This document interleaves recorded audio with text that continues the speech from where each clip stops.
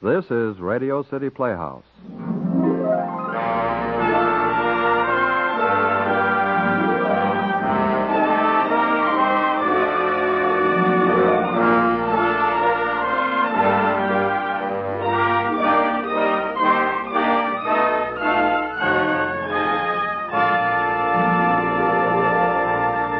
Ladies and gentlemen, here's the director of Radio City Playhouse, Harry W. Junkin. Thank you, Bob Warren.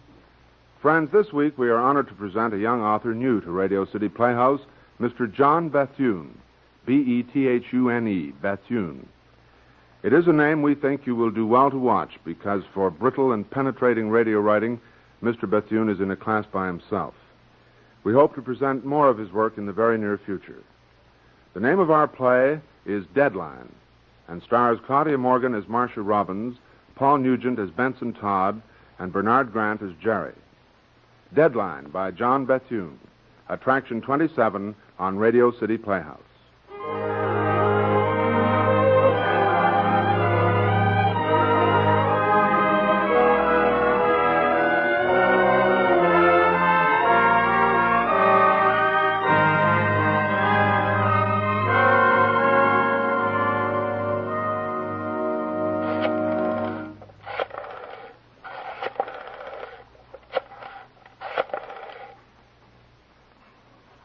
Hello, Sphinx Club.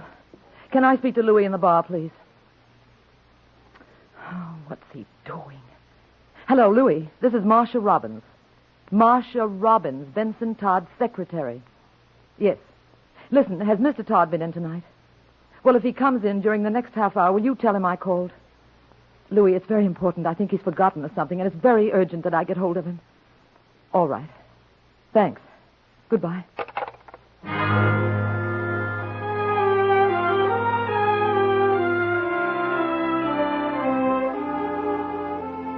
That's the way the story began.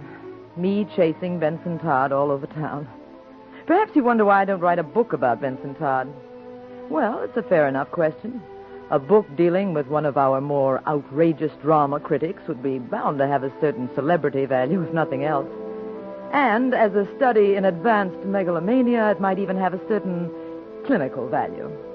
But unfortunately, it's not quite as simple as that.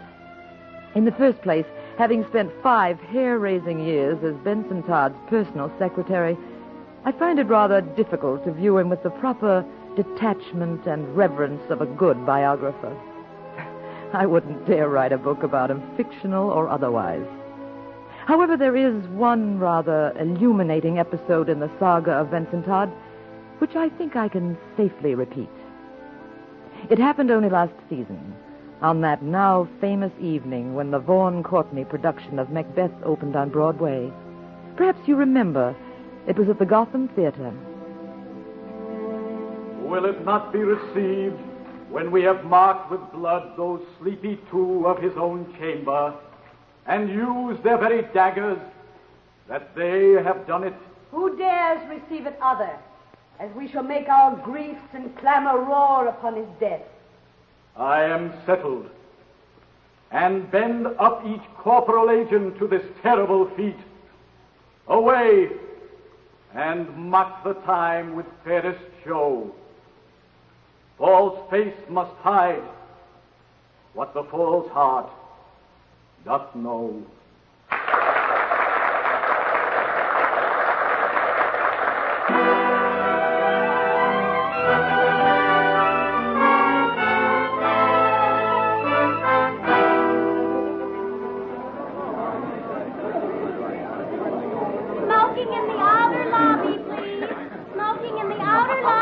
My dear, isn't it thrilling? Marvelous, simply marvelous. What do you think, Sam? I'll give you odds it doesn't run a week. Well, someone gave Reg some tickets, and we've seen everything else. But didn't you love the dirty old ladies with beards? He may be hot stuff in the movies, but on the stage, oh, brother. But you must admit he's beautiful. What happens in the second act? Darling, do you think we can bear another act? Good thing Shakespeare never lived to see it. I can't wait to read the critics. Oh, there goes one of them now. Oh, where? Benson Todd, just going out the door. Oh, the one with the inscrutable look. Benson Todd, eh? Boy, I'll bet he gives it a roasting. Brother, you can say that again. Mr. Todd. Mr. Todd, wait a minute, please. Excuse me, please. Pardon me, please. Mr. Todd! Do you happen by any chance to be speaking to me? Yes, I am. I saw you leaving the theater, and I wanted to have a word with you. What about? Well, I don't blame you for leaving, Mr. Todd. One act of this thing is plenty. Mr. Todd, I'm Mrs. Vaughn Courtney. Really? Well, I don't blame you for leaving, Mr. Todd. You said that once.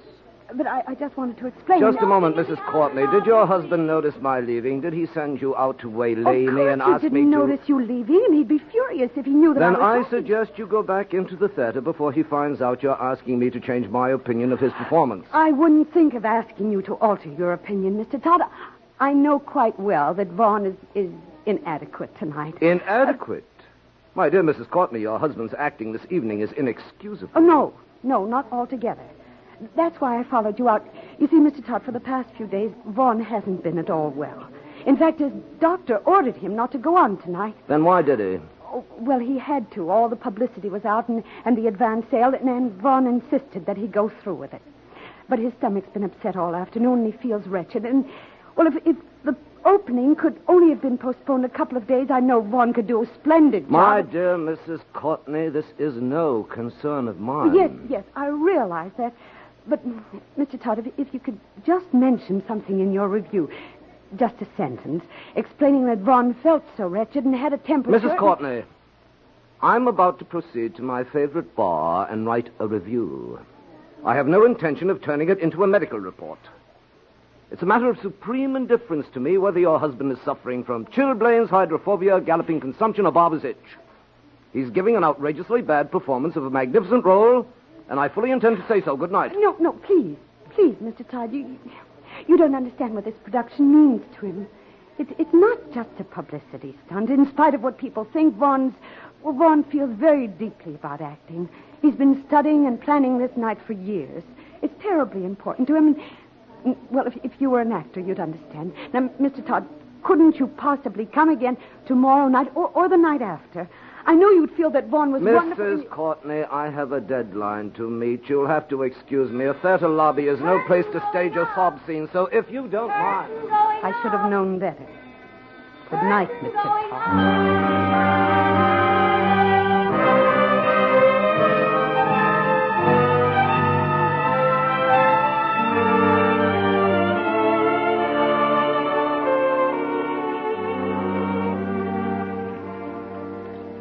Evening, Mr. Todd. Evening, Gus. I thought you were covering Macbeth tonight. One act was as much as I could stand.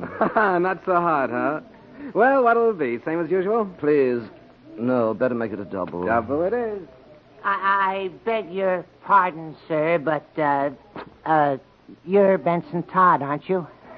Yes, why? I thought so. I wasn't quite sure.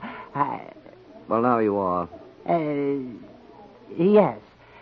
I hope you don't mind my butting in like this, but my name is Edgar Fish. You have my sympathy. Thank you. I mean, yes. Mr. Todd, I've just been reading your new book. You know, Criteria. I seem to recall it. I just want to say how much I enjoyed it. Thank you. Yes, as a matter of fact, I think it's the best book on the American theater that I've ever read. Really? Oh, yes. I read through it twice. Didn't you understand it the first time? What? Oh, yes, I understood it all right.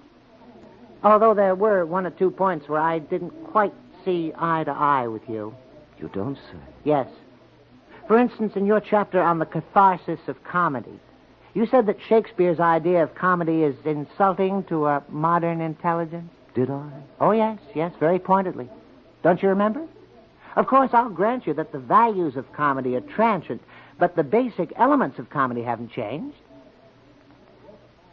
Well, that's why I feel that... My dear young man. Yes? Oh, nothing, never mind. Gus, take my check out of this, will you? Yes, sir. Oh, Mr. Todd, you're not leaving, are you? I am indeed. But I wanted to ask your opinion I about... never express opinions unless I'm paid for But, them. Mr. Todd, you... sir. Thank you. Good night, Gus. Good night, sir. But, Mr. Todd, Look, young man, the fact that you happen to have read one of my books does not constitute an introduction, nor does it entitle you to bore the pants off me. Good night.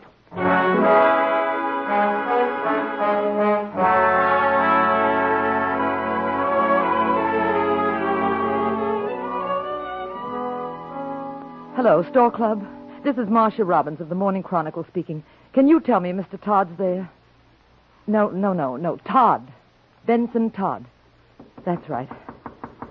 Well, would you find out, please? It's very important. Yes, I'll hold on. Oh, come in. Hi, beautiful. Oh, it's you, Jerry. In the flesh, my sprite, in the flesh. Well, take your flesh somewhere else. I'm busy. Oh, come now. Is that any way to welcome the man you love? Please, Jerry, I'm in no mood for fun and games. What's the matter? Plenty. We go to press early tonight. Well, so what? So, I haven't got Mr. Todd's copy yet. Why not? Because he hasn't come in yet, you dope. Okay. Don't have to bite my head off. Well, don't ask me stupid questions. I'm not asking stupid questions. Quiet. Hello? Yes. He isn't. Well, has he a reservation? I see. Well, look, if he comes in during the next few minutes, would you ask him to call his office? Yes, please, as soon as he comes in. Thanks very much.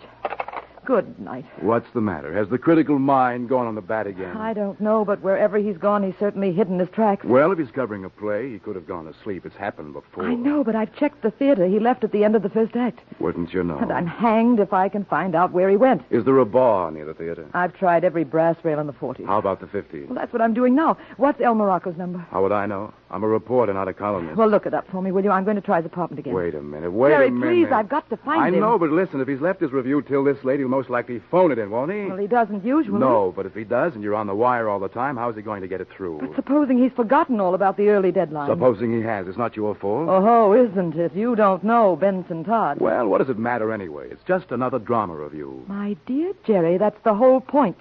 This isn't just another drama review. Tonight it's news. How come? Good Lord, don't you read the papers?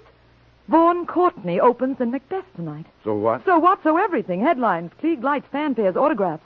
Hollywood in tights. Glamour boy brings Bard to Broadway. Why, to read the publicity, you'd think Vaughn Courtney wrote Macbeth. I'll bet Benson Todd is burning. Is he ever? A Hollywood movie hero daring to appear on the New York stage in Shakespeare, you can imagine. What does he say about it? Oh, something to the effect that if Macbeth were never a tragedy before, it most certainly would be tonight. Is that all? Oh, he can do better than that. I think he's saving the barrage for his review. It should make rather spirited reading. If he ever gets here to write it. What's the time now? Oh, relax. He'll turn up. Well, he'd better. That's all I can say. He's in bad enough with the front office now. If he misses this deadline, I hate to think what'll happen.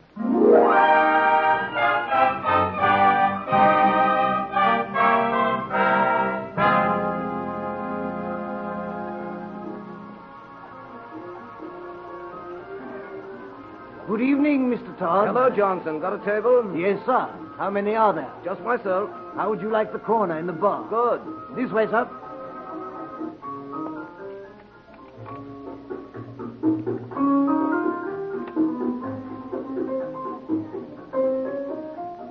Will this one do, sir?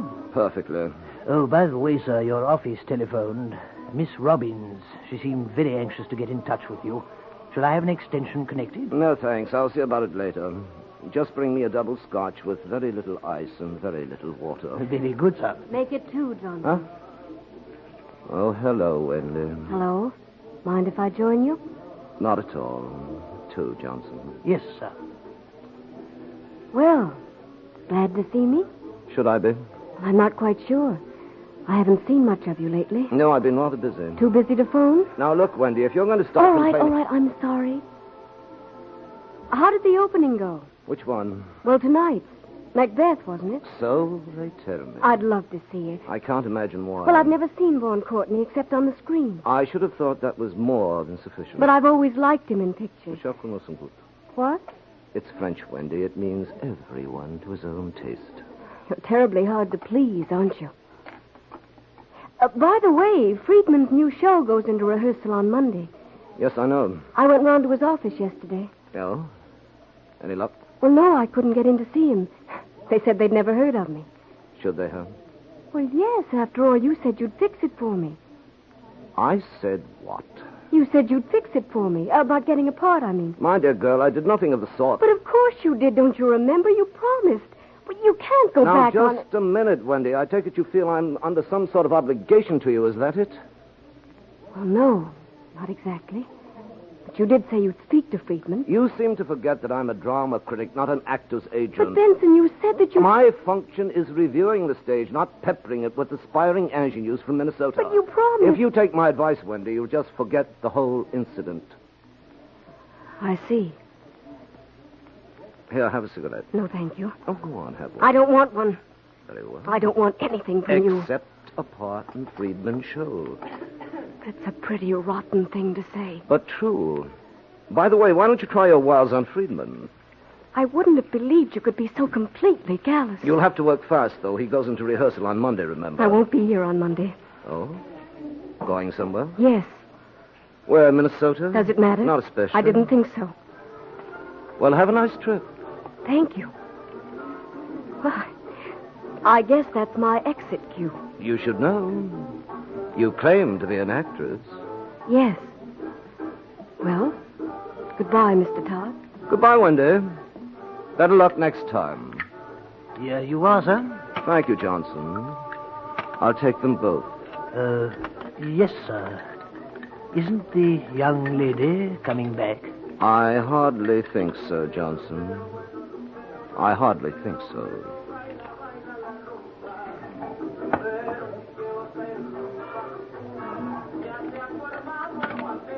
Well, if it isn't Fancy Boy Todd himself. Hello, Max. How's the world's greatest producer? Why aren't you at the opening? When they let you in? Unfortunately, yes. Walked out on it, huh? One act was plenty. You know, you got a lot of nerve, Todd. So have you, judging by that last little stinker of yours. Oh, yeah?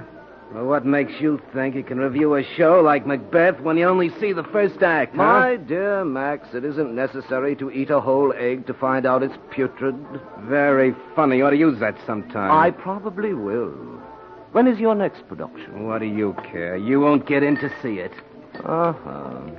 Still licking your wounds, eh? You can call it that if you like. What's the matter, Max? Can't you take it anymore? Sure, I can take it if I have to, but I don't have to take the kind of schmo wisecracks you hand out. You don't say. Yes, I do say. You know, you're going to wake up and find yourself looking for a new sheet one of these days, Todd, and you can take it from me. There are plenty guys around town who'll make a point of seeing you don't find one. I see. You know, Max, I believe I've been underrating you. I'll say you have. Yes. I've always maintained you couldn't possibly be as vulgar as one of your productions. What? Apparently I was wrong. Why, you dirty... Okay, Todd, you've asked for it once too often.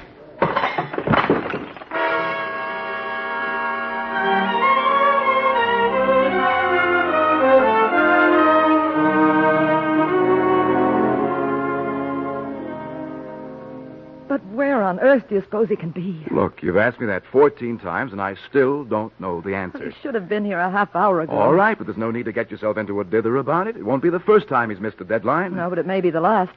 And if he gets the axe, I'll probably get it, too. Good. Then you can marry me. We'll buy a nice little rose-covered cottage in Brooklyn and live happily ever after. Oh, go to...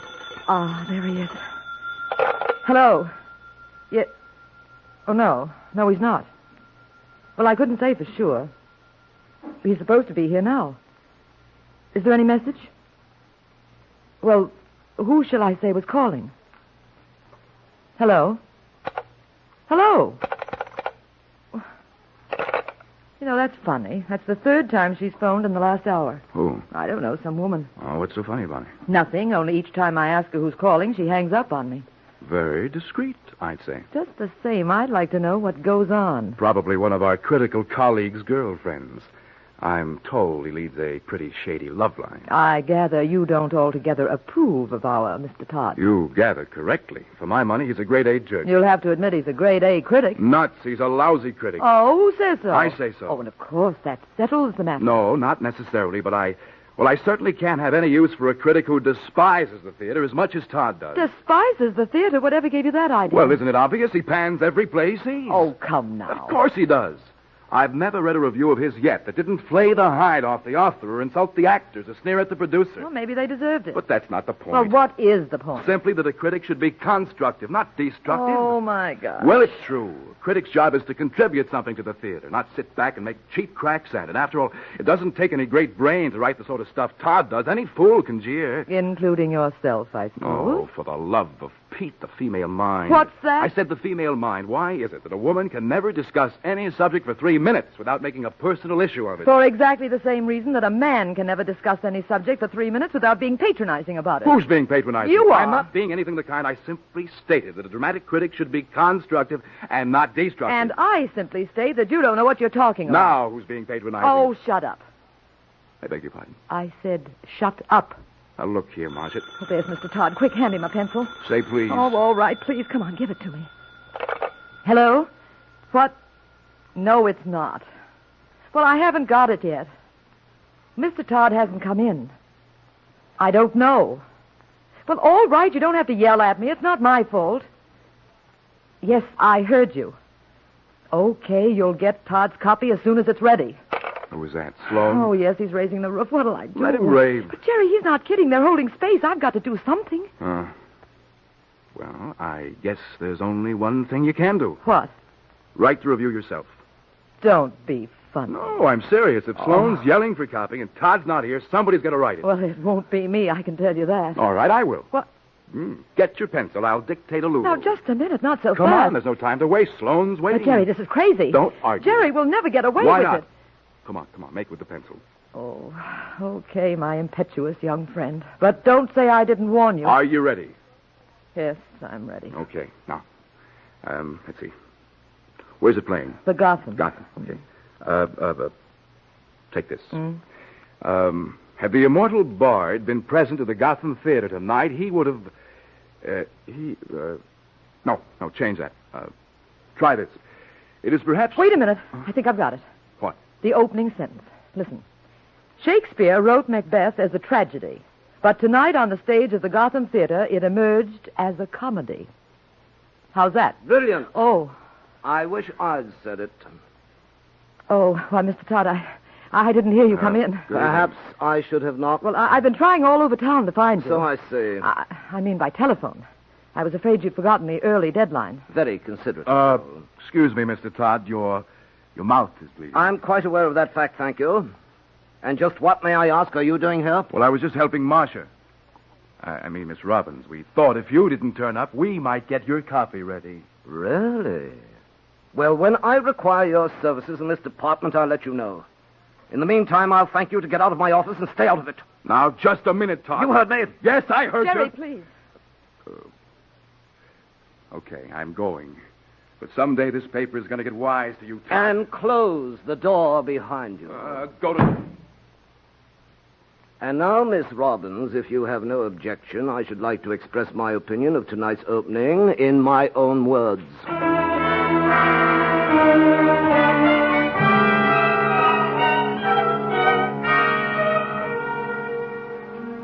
great play becomes entirely meaningless through the garbled mouthings and idiotic posturings of this presumptuous Hollywood heartthrob, period. See who the devil that is and tell him I'm out. All right. Hello? Who's calling, please? Just a moment. It's Mrs. Vaughan Courtney. She seems rather upset. Give me that phone. Here you are. Mrs. Courtney, you've already bothered me quite enough for one evening. Now, in the vernacular of the pool room, will you and your husband please go away somewhere and drop dead? Now, where was I? Idiotic posturings of this presumptuous Hollywood heartthrob. Ah, yes. In fact, Mr. Vaughan Courtney's Macbeth is unquestionably the worst performance of that role it has ever been my misfortune to witness on any professional stage, either here or abroad. In fact, Mr. Vaughan Courtney's Macbeth is unquestionably the worst performance of that role it has ever been my misfortune to witness on any professional stage, either here or abroad. My gosh, Marcia, how can he write that stuff? Well, I shouldn't think you'd be bothered reading it after the way he kicked you out of the office tonight. Yeah, that twerp. Still, I've got to admit the guy does have style. Just listen to this. Oh yeah. In the second soliloquy, Macbeth appeared to be coping not so much with the pangs of an uneasy conscience as with the twinges of a faulty intestine. Yikes. Oh, please, Jerry, I've heard it once tonight, and I don't think it's either clever or amusing. Say, what's the matter with you anyway? Oh, nothing. Just tired, I guess. Yeah, it is kind of late. Wonder if the other papers are out yet. Should be by now. Why? Well, I'd like to see what the other critics say. Hey, Louie. Yeah? Got any morning papers there? Yeah, I got a news. Just came in. Let's see it, will you? Yeah, sure. Want some more coffee, honey? No, thanks. Hey, that's too bad about that movie guy, huh? What movie guy? Oh, it's here on the front page. See? Actor dies on stage. What's that? Who? Vaughn Courtney. You're kidding. No, look. Vaughn Courtney, Hollywood film star, died tonight in the stage wings of the Gotham Theater. Oh, no. That's too bad, huh? His appendix busted. Appendix? Yeah, it says, stricken with acute appendicitis during the first performance of Macbeth, the idol of movie-going millions collapsed before a horrified first-night audience and was carried from the stage by members of his company. Holy Peter, when did it happen? Right in the middle of the show, during the third act. Oh, brother, this is the payoff. Todd's really done it this time. He wasn't even there. Holy cat, but he reviewed the whole show. Exactly. Oh, my aching back, will this raise a stink? Wait till the chief reads that bit about the faulty intestine. Wait till he reads the last paragraph. Why, what does that say? Read it yourself. All right. Since the text has been so obviously mutilated to veil the star's shortcomings as an actor, we can only regret that they didn't follow through. Why prolong Macbeth's demise for 5 acts? Mr. Courtney would have done us all a great favor had he arranged to meet his maker in the middle of the second. See what I mean? Holy suffering cow.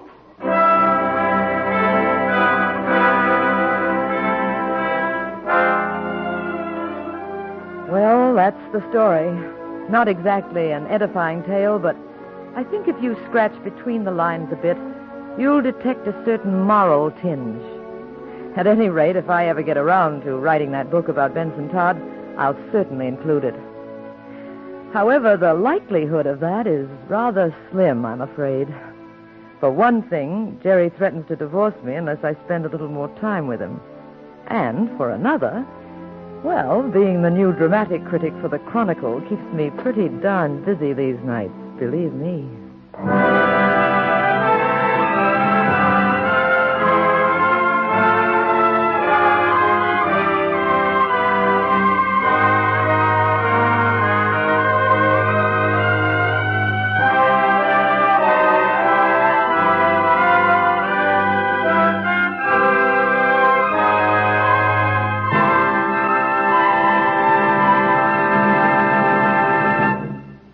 You have just heard Deadline, Attraction 27 on Radio City Playhouse.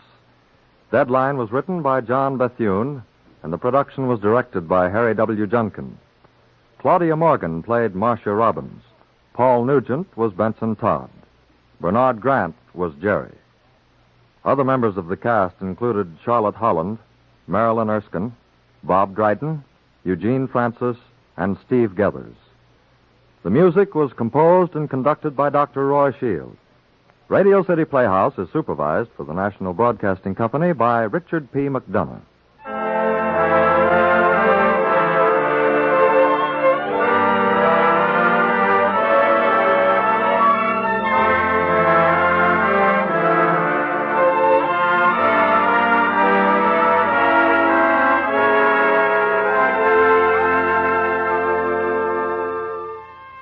This is Harry Junkin again.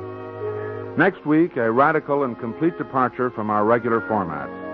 We're sure you'll be charmed and delighted with Two Moods from the Past, a type of radio entertainment we have never attempted on Radio City Playhouse. Next week as Attraction 28. Good night, everybody.